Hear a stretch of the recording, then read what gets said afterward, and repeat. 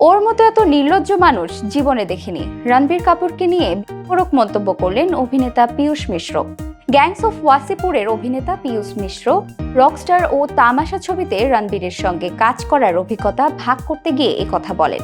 তিনি জানান, শুটিংয়ে রণবীর একরূপ এবং দায়িত্বশীল, কিন্তু শটের বাইরে পুরোপুরি মুক্ত, বেপরোয়া এবং স্বতঃস্ফূর্ত।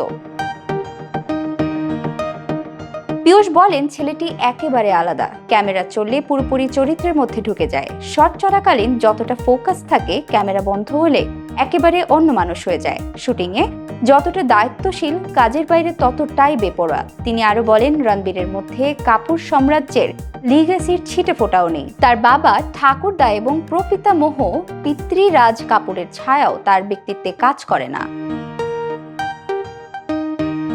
পীয়ূষ মন্তব্য করেছেন, রণবীরের এই দ্বৈত চরিত্রই তাকে বিশেষ করে তোলে। শুটিংয়ের সময় নিখুঁত অভিনয়, চরিত্রের ডুব, কিন্তু সেটের বাইরে মুক্ত এবং বেপরোয়া এই আচরণ দর্শক ও সহকর্মীদের আকর্ষণ করে। তার কথায়, আমি জীবনে এমন নির্লজ্জ মানুষ আগে দেখিনি। তবে তিনি মন্তব্যকে কটাক্ষের সুরে নয়, রসিকতার ছলেই উপস্থাপন করেছেন।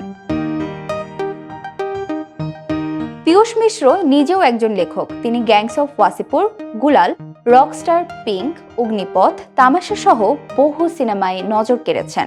সোশ্যাল মিডিয়ায় তার এই মন্তব্য ব্যাপকভাবে চর্চার বিষয় হয়ে দাঁড়িয়েছে। অনেকে এখন রণবীরের শুটিং এবং বাস্তব জীবনের এই দ্বৈত চরিত্র নিয়ে আলোচনা করছেন। পীয়ূষের অভিজ্ঞতা থেকে বোঝা যায়, রণবীর কাপুর শুধু পর্দার নায়ক নয়, তিনি এক অসাধারণ ব্যক্তিত্বের অধিকারী। শুটিংয়ে দায়িত্বশীল, অভিনয় নিখুঁত, কিন্তু বাস্তব জীবনে স্বাধীন ও বেপরোয়া এই দ্বৈতরূপী তাকে অন্যদের থেকে আলাদা করে তুলেছে এবং সিনেমা প্রেমীদের কৌতূহল আরও বাড়িয়ে দিয়েছে।